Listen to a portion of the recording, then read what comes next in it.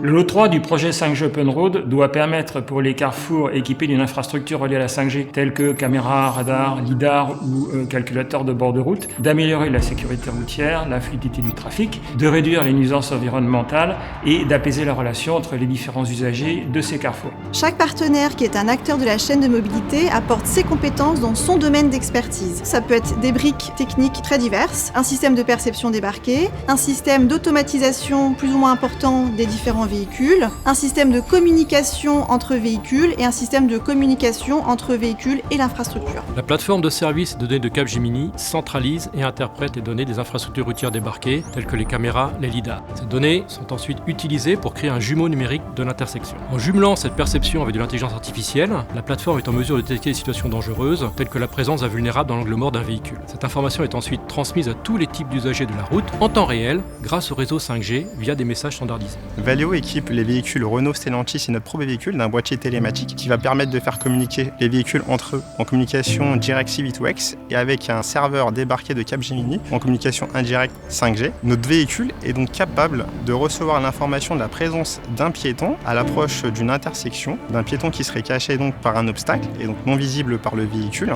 Le véhicule va traiter l'information et donc déclencher une manœuvre de ralentissement ou de freinage d'urgence dans le cas d'une conduite autonome.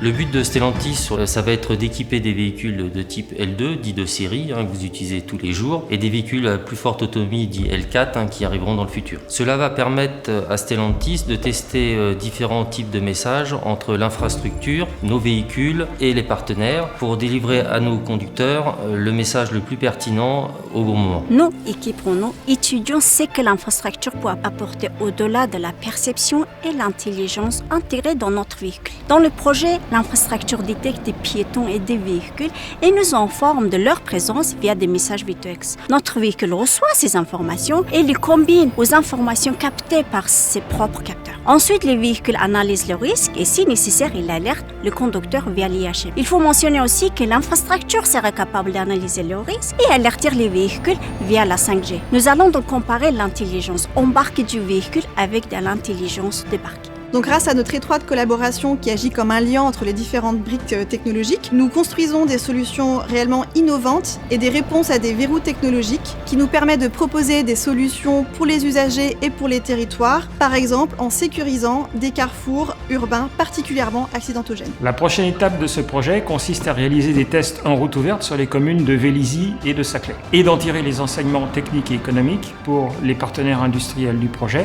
que ce soit pour l'automobile, pour les télécoms ou les infrastructures de bord de route, mais aussi pour les collectivités et l'administration, afin de procéder au déploiement au niveau national, voire au niveau européen, qui sera la phase ultime du projet.